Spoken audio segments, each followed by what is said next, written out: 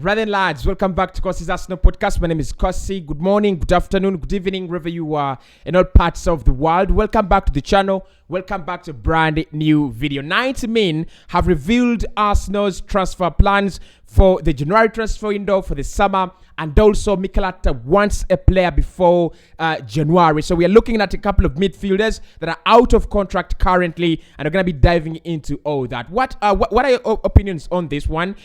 Would you rather Arsenal sign a winger before January and then a midfielder in January, or we sign a midfielder before January and then a winger in January? We're going to be diving into what the 90 Min have revealed about Mikel Arteta, Edu, and what they are planning to do. Hit the like button for me. Let's get this video to 300 likes. Subscribe to the podcast as well. We are very close to 60,000 subscribers. We should get there by the end of this year. Now, 90 Min have revealed that Arsenal are still in the market, although it is closed. First and foremost, Mikel Arteta is still very optimistic that he can sign a new midfielder before January. Of course, speaking in that press conference, you could see he's very worried about the fixture and the calendar, especially in October. There's so many fixtures, around 9 fixtures. If the Tottenham game doesn't get postponed, we have 9 fixtures to play in October. And Mikel was speaking about the other months after the World Cup, and he said it is very absurd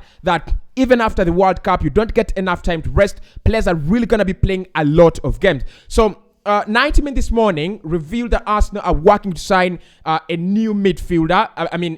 Before January, they're looking at a couple of free agents. They're looking at a couple of players that are not contracted anywhere.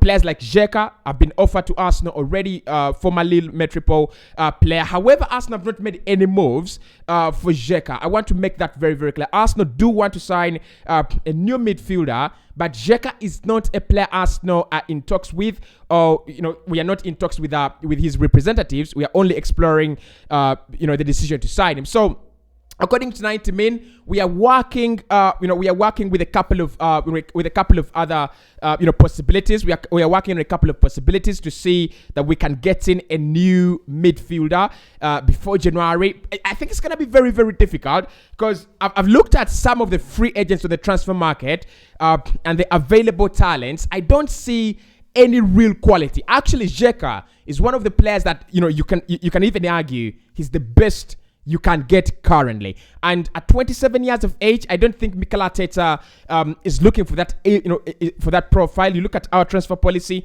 you look at what we are trying to do. 27 Xhaka, 27. I don't think that is what we're trying to do.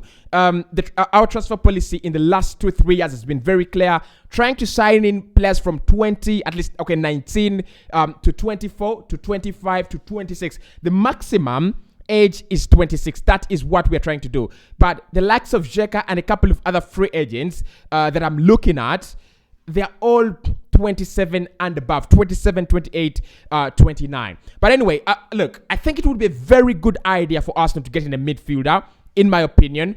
If you look at the areas where we are short, it is midfield. Partey is unreliable. Elneny doesn't return until January. And Emile Smith-Rowe also doesn't return for me probably until November. So you need someone in there. You need someone who's a little bit very, very, very versatile. Look, I've thought about options, but I didn't get any yet. I've not got any options for that position, for that kind of midfielder that Mikel Arteta is demanding. Of course, we know Mikel is very smart. When he says he wants in a player, he already knows the caliber, the profile, and I think he specifically has someone in mind. The likes of Douglas Luiz can move in January. The likes of Yuri Tillemans can move in January, but those are still very, very difficult days. Of course, the likes of Donny van de Beek as well can move in January, but those are still very difficult deals. Those are not deals that can be done before January. Those are deals that will be done strictly when the January transfer window opens. So listen, 9 games in October, 4 games in November, and I think around 4 games in the later part of December. That is a lot of football to play with only Thomas Partey and Albert Sambi-Lokonga, with Emile Smith-Rowe out of action.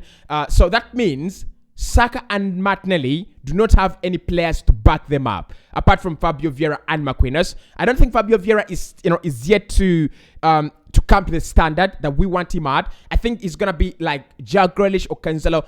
They're gonna take a whole season for them to come around. Marquinhos, I mean, it will be very unfair for Arsenal to put huge amounts of pressure on Marquinhos. Yes, he's good, he's exciting, he's lightning quick, and all that, but it is quite unfair. And this is my suggestion.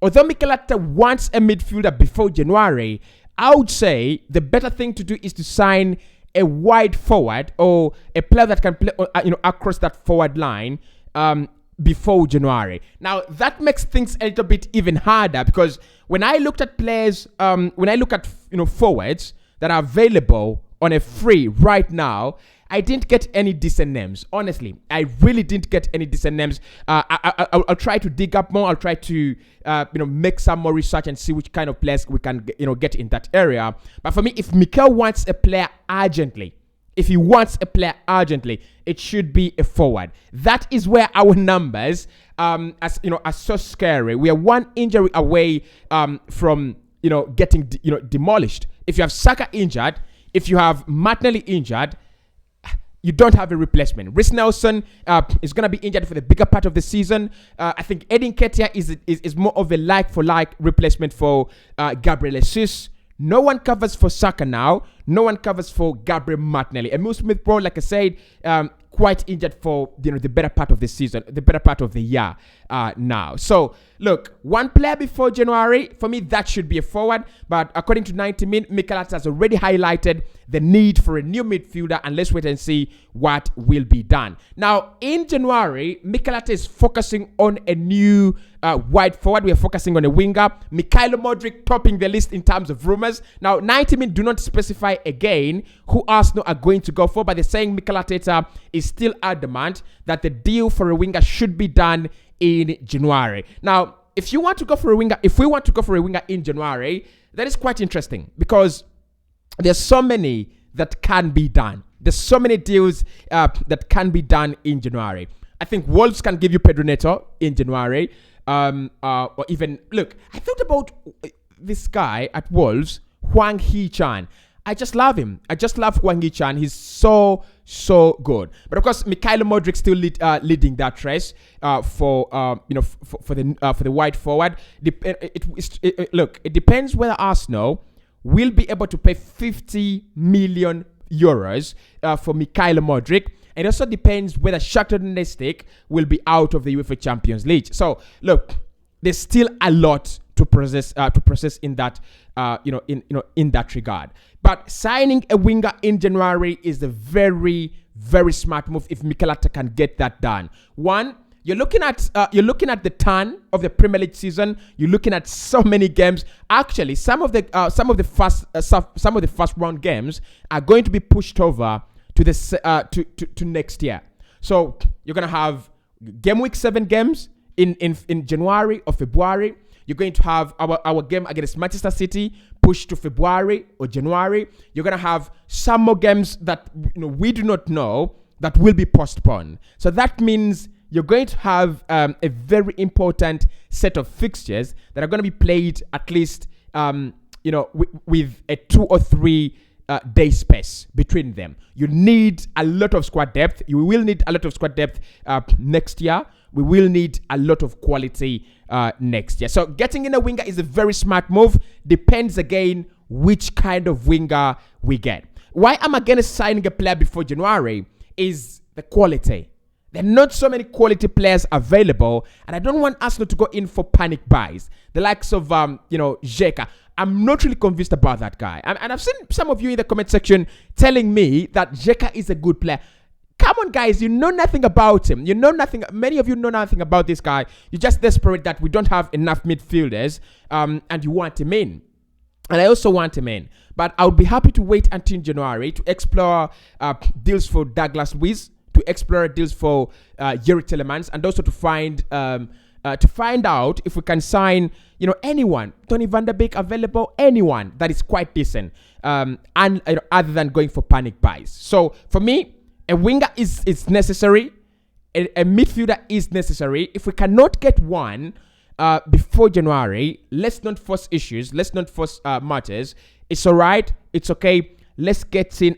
Let's get 2 signings in January. We can get Marco Asensio in January. Look, it depends on how Madrid will be treating him. And then we can also get Douglas Luiz or Yuri Tillemans in January. So I think the transfer strategy is good.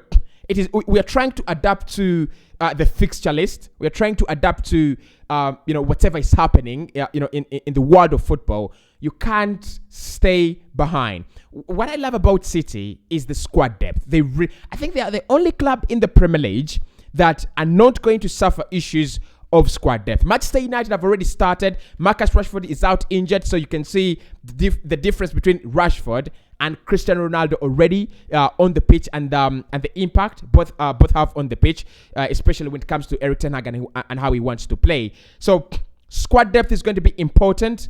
January is the market that is not going to be a luxury. I said that when the transfer window closed, and I want to say it again. If any club is going to treat the January transfer window as a luxury, it's going to be a huge problem for them. Yes, clubs don't want to sell in January. Players' contracts cannot expire in January. But there is always an opportunity for us to get in 1 or 2, and we should use that opportunity very, very well. So in the summer, then I think in the summer it's going to be about one marquee signing and then backup players. I think, look, this Arsenal team is looking good. We are really, really looking good.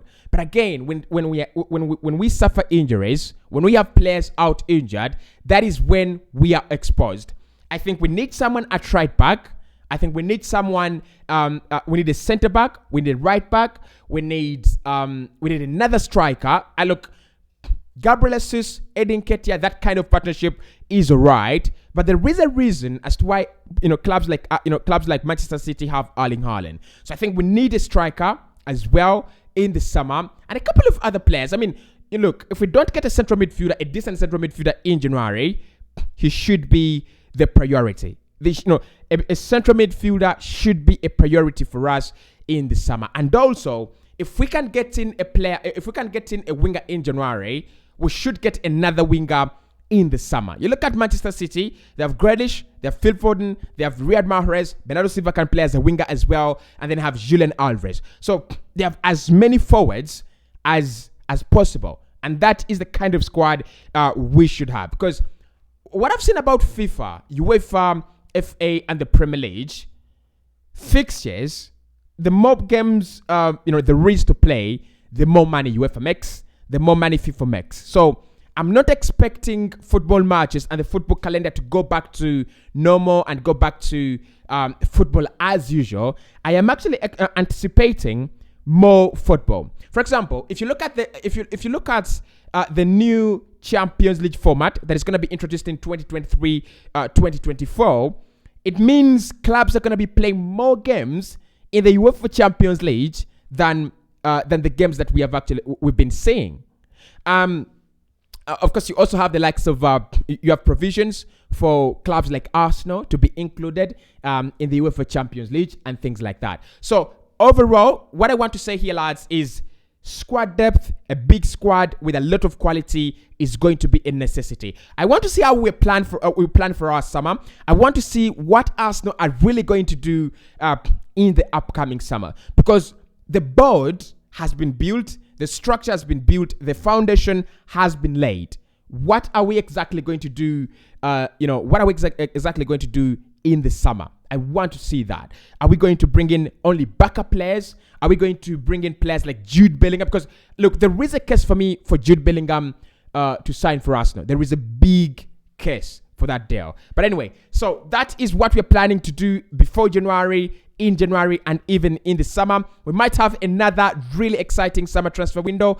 We might have a January transfer window that is exciting, unlike the previous ones that we have always had.